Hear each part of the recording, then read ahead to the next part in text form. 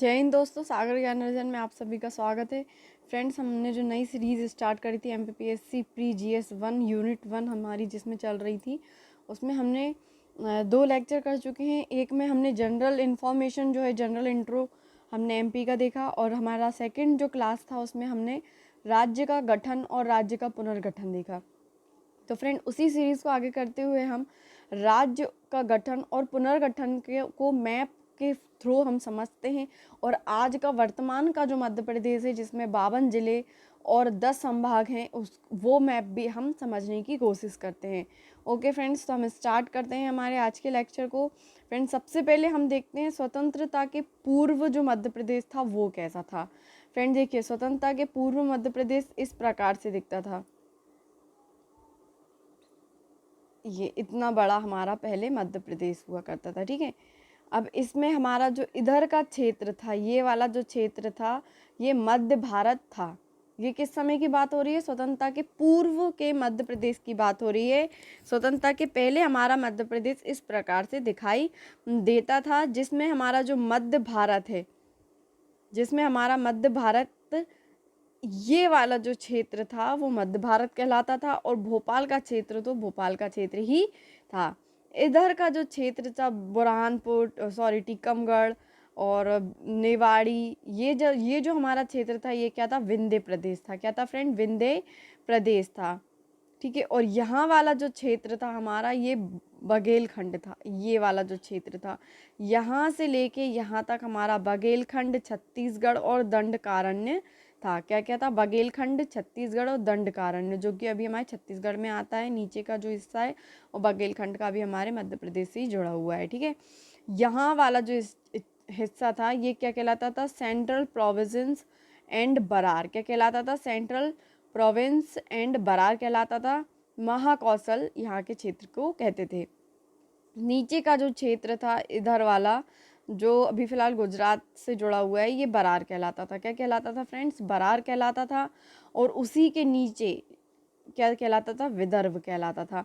तो स्वतंत्रता के पहले हमारे मध्य प्रदेश में किन किन क्षेत्र थे, किन किन क्षेत्रों का विस्तार था? Madhya Bharat, Bhopal, Vindhya Pradesh, Baghelkhand, Chhattisgarh, central province and Berar, Mahakoshal, Berar, Vidarbha और दंडकारण्य, ये थे। और अब जो है ये स्वतंत्रता के उपरांत का हम मध्य प्रदेश देखेंगे। कब का मध्य प्रदेश देखेंगे फ्रेंड? स्वतंत्रता के उपरांत। स्वतंत्रता के बाद हमारा मध्य प्रदेश की शक्ल क्या थी, हम वो देखेंगे। फ्रेंड, इस साइड का जो भाग था, जो मध्य भारत के नाम से हम अभी ऊपर देख रहे थे, ये क्या था? ये हमारा पार्ट बी था। क्या था फ्रेंड? पार्ट बी था। यानी उस समय जिसे मध्य भारत कहा जाता था, वो इस समय क्या हो गया था? पार्ट बी हो गया था, यानी कि स्वतंत्रता के बाद के समय में। और इसकी कैपिटल क्या क्या थी? ग्वालियर और इंदौर। और मैंने आपको बता चुकी हूँ कि ग्रीष्मकालीन राजधानी ग्वालियर थी और शीतकालीन राजधानी क्या थी? इंदौर थी। और भोपाल एज इट इज़ आपने इसके पहले भी मैप में यहीं देखा था और अभी भी वो यही है। फिर नेक्स्ट था विंध्य प्रदेश। फ्रेंड, विंध्य प्रदेश को पार्ट सी रीवा में बदल दिया गया है, ठीक है। पार्ट सी के अंतर्गत रखा गया, जिसकी राजधानी क्या थी? रीवा थी। फिर आता है पार्ट ए, जो हमने यहाँ का क्षेत्र देखा था, प्रोविजेंस बरार वाला। यहाँ बरार था, यहाँ विदर्भ था, और यहाँ बघेलखंड था, या छत्तीसगढ़ था। ये सारा का सारा जो हमने भाग देखे थे, अप्रोक्स हमने 6 पार्ट देखे थे, इनको पूरों को पार्ट ए में रख दिया गया। और इसकी राजधानी क्या बनाई गई फ्रेंड? नागपुर बनाई गई।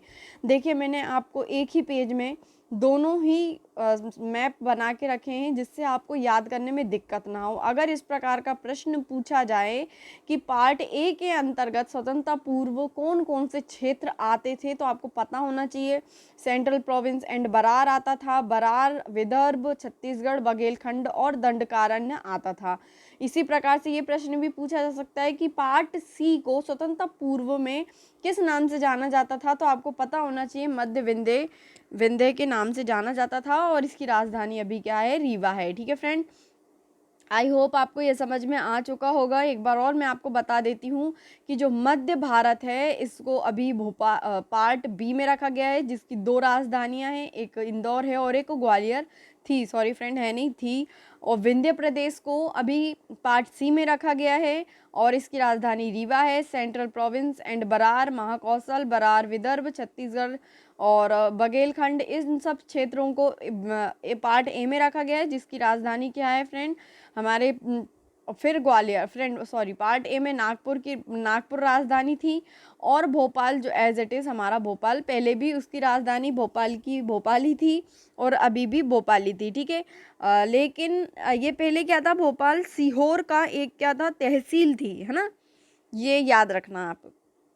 और फ्रेंड्स देखिए यहाँ पे याद करने वाली बात क्या है कि ये जो मैप है, ये मैंने आपको मैप में क्यों बना के दिखाया है कि हम पहले पढ़ चुके हैं, हमने इनको रिटर्न में पढ़ा था।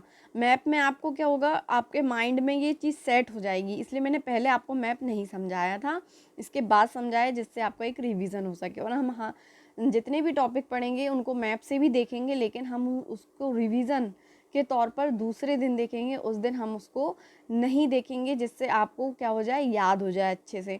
तो आप ये याद आपको आई होप याद हो गया होगा कि विंध्य प्रदेश पार्ट सी में आता था, और सेंट्रल प्रोविंस और ये वाला जो भाग है पार्ट ए में आता था। जो चौथा था हमारा पार्ट भोपाल, वो भोपाल ही उसकी कैपिटल थी, और मध्य भारत को पार्ट बी में रखा गया था, जिसकी राजधानी इंदौर और ग्वालियर थी। ओके फ्रेंड्स, तो आई होप आपको ये समझ में आ गया होगा, और अगर इससे रिलेटेड कुछ भी आपको कन्फ्यूज़न है तो आप पूछ सकते हैं, इसका PDF आपको मिल जाएगा। ओके फ्रेंड्स, वर्तमान में जो हमारा मध्य प्रदेश है हम उसको देख लेते हैं। वर्तमान में आप जानते हैं हमारे मध्य प्रदेश में 52 जिले हैं और 10 संभाग हैं, ठीक है। तो हम उसको थोड़ा कुछ जो फैक्ट्स हमने फर्स्ट वीडियो में, आपको याद होगा हमने फर्स्ट वीडियो में ये पढ़ा था कि शिवपुरी और मुरैना उत्तर प्रदेश और राजस्थान दोनों से सीमा बनाता है। तो इस प्रकार की चीज़ें जो हमने पढ़ी थी, हमने जो रिटर्न में पढ़ी थी, जो नोट्स में देखी थी, वो अभी हम मैप के थ्रू देखेंगे, ठीक है फ्रेंड। तो हम सबसे पहले हमारा उत्तर प्रदेश वाला भाग समझने की कोशिश करते हैं। उत्तर प्रदेश के भाग में कौन कौन से जिले टच होते हैं। पहला होता है मुरैना, फिर होता है भिंड, फिर होता है दतिया, फिर होता है शिवपुरी, फिर होता है अशोकनगर, फिर सागर, ये छतरपुर का भाग यहाँ से भी टच हुआ है, यहाँ से भी हुआ है, फिर टीकमगढ़ और फिर निवारी। फ्रेंड निवारी हमारा 52वां जिला जो कि टीकमगढ़ से अलग होकर बनाया गया है। फिर है पन्ना, सतना, रेवा और सिंगरौली। फ्रेंड सिंगरौली के बारे में हमने पढ़ा था, 23 डिग्री देशांतर एकमात्र सिंगरौली से निकलती है, ये आपको याद होना चाहिए। ओके फ्रेंड, तो आपको क्या क्या पता चला कि उत्तर प्रदेश में कौन कौन से ज़िले हैं। मुरैना, भिंड, दतिया, शिवपुरी, अशोकनगर, सागर, छतरपुर, टीकमगढ़, निवारी, पन्ना, सतना, रीवा और सीधी नहीं है टच, सिंगरौली, ठीक है फ्रेंड। देखिए इसमें आपको ये याद रखना है कि टोटल 14 जिले उत्तर प्रदेश को टच होते हैं, जो कि सबसे ज़्यादा क्षेत्र, मध्य प्रदेश का सबसे ज़्यादा क्षेत्र अगर किसी को छूता है तो वो है उत्तर प्रदेश, ठीक है। अब फ्रेंड इसके कुछ फैक्ट याद कर लेते हैं। उत्तर प्रदेश से छूने वाले, उत्तर प्रदेश को टच करने वाले ऐसे कौन कौन से ज़िले हैं जो दूसरे स्टेट को भी टच करते हैं, ये क्वेश्चन पूछा जाता है। फॉर एग्जांपल आपसे ये पूछ सकता है कि ऐसे कौन से ज़िले हैं मध्य प्रदेश के जो दो राज्यों को, राजस्थान और उत्तर प्रदेश दोनों को छूते हैं। तो आपको पता होना चाहिए कि मुरैना और शिवपुरी दो ऐसे राज्य हैं जो आपको राजस्थान और उत्तर प्रदेश दोनों को छूते हैं। फ्रेंड देखिए हमारा जो मैप है MP का, ये थोड़ा ऊंट जैसा लगता है, तो आप इसे याद कर लो कि जो सिर है यानी जो माथा है मुरैना, वो राजस्थान उत्तर प्रदेश को छूता है, और एक जो गला है ऊंट का शिवपुरी, ये भी राजस्थान और उत्तर प्रदेश को छूता है। और जो सिंगरौली है, सिंगरौली छत्तीसगढ़ और उत्तर प्रदेश दो को छीता है। किस किस को?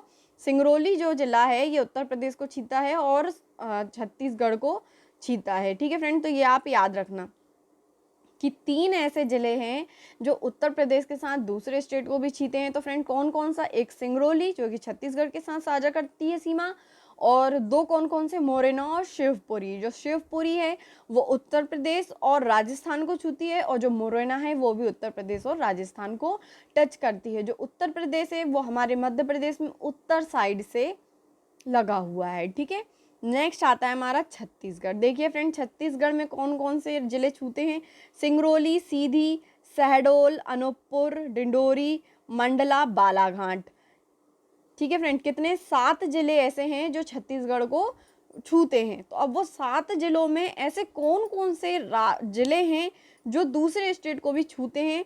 तो फ्रेंड 2 हैं। कौन कौन से? एक है सिंगरौली जो कि उत्तर प्रदेश को भी छूता है और छत्तीसगढ़ को भी छूता है, और एक है बालाघाट। बालाघाट क्या करता है? छत्तीसगढ़ के साथ साथ महाराष्ट्र को भी महाराष्ट्र से भी सीमा बनाता है, ठीक है। तो आप याद रखना 7 कौन कौन से फ्रेंड, सिंगरौली, सीधी, शहडोल, अनूपपुर, डिंडोरी, मंडला और बालाघाट।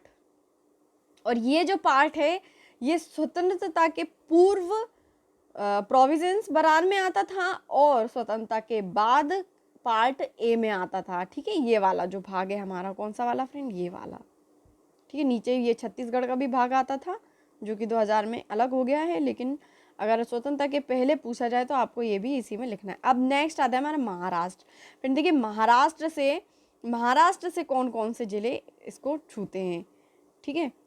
हाँ, पहला बालाघाट, फिर सिवनी, फिर छिंदवाड़ा, बैतूल, खंडवा, बुरहानपुर, खरगोन, बरवानी और अलीराजपुर, ठीक है फ्रेंड। कौन सा, अलीराजपुर। अब देखिए फ्रेंड इनमें से ऐसे कौन कौन से ज़िले हैं जो दूसरे स्टेट को से भी सीमा बनाते हैं। एक हुआ बालाघाट जो कि छत्तीसगढ़ से बनाता है और दूसरा हुआ अलीराजपुर जो कि गुजरात से बनाता है। तो आप याद रखना अलीराजपुर कौन कौन से मतलब 3 कौन कौन से प्रदेशों को छूती है। फ्रेंड इस प्रकार से भी ट्रिकी क्वेश्चन पूछा जा सकता है कि 3 कौन कौन से प्रदेशों को छूती है। तो अलीराजपुर गुजरात, महाराष्ट्र और मध्य प्रदेश को ऐसे करके आप सीमा याद रख सकते हैं। और बालाघाट छत्तीसगढ़ और महाराष्ट्र को। इसमें महाराष्ट्र में और कौन कौन से जिले होते हैं एक बार हम देख लेते हैं। बालाघाट, सिवनी, छिंदवाड़ा, बैतूल, खंडवा, बुरहानपुर, खरगोन, बरवानी और अलीराजपुर, ठीक है फ्रेंड। नेक्स्ट हमारा आता है गुजरात। गुजरात ऐसा स्टेट है जो मध्य प्रदेश से सबसे छोटी सीमा बनाता है। एक तो अलीराजपुर बनाता है और दूसरी झाबुआ बनाता है, ठीक है। अब इनके दोनों ही जिले दूसरे स्टेट को छूते हैं। एक तो अलीराजपुर महाराष्ट्र को छूता है और इस साइड से झाबुआ किसको छूता है, राजस्थान को छूता है, ठीक है। तो आप याद रखना सबसे छोटी सीमा कौन बनाता है, गुजरात, और सबसे बड़ी सीमा कौन बनाता है, उत्तर प्रदेश, ठीक है। अब हम देख लेते हैं राजस्थान। फ्रेंड राजस्थान में कौन कौन से जिलों को राजस्थान मध्य प्रदेश के जिलों को छूता है। तो पहला हमारा आ जाता है मोरेना, श्योपुर, शिवपुरी, गुना, राजगढ़, आगरमालवा, रतलाम, मंदसौर, नीमच और यहाँ से है क्या, झाबुआ, ठीक है। तो देखिए जो मोरेना है और जो शिवपुरी है ये तो उत्तर प्रदेश को छूते हैं राजस्थान के साथ, ठीक है। और जो झाबुआ है वो गुजरात के साथ छूता है राजस्थान के साथ, ठीक है। अब कौन कौन से इसमें एक बार और हम देख लेते हैं जिले कौन कौन से, मोरेना, श्योपुर, शिवपुरी, गुना, राजगढ़, अगरमालवा, रतलाम, मंदसौर, नीमच और झाबुआ, ठीक है। ये वो जिले हैं जो राजस्थान को टच करते हैं, ठीक है फ्रेंड। तो आपको आई होप ये याद हो गया होगा। और फ्रेंड आप जानते हैं कि जो कर्क रेखा है वो हमारे मध्य प्रदेश को बीच से ऐसे काटती है, 14 जिलों को काटते हुए जाती है, ठीक है। तो मैं आपको ये पढ़ा चुकी हूँ, आप एक बार उसको ज़रूर देख लेना। Okay friend, thanks to watch my video. और अब हमारा जो नेक्स्ट जो लेक्चर रहेगा उसमें हम क्या करेंगे, हमारे मध्य प्रदेश की संस्कृति को देखेंगे और उसके इतिहास को देखेंगे और प्रमुख जो राजवंश जिन्होंने हमारे मध्य प्रदेश की इतिहास में अपना नाम लिखाया है स्वर्ण अक्षरों से, उनके बारे में भी हम चर्चा करेंगे। Okay friend, thanks to watch my video.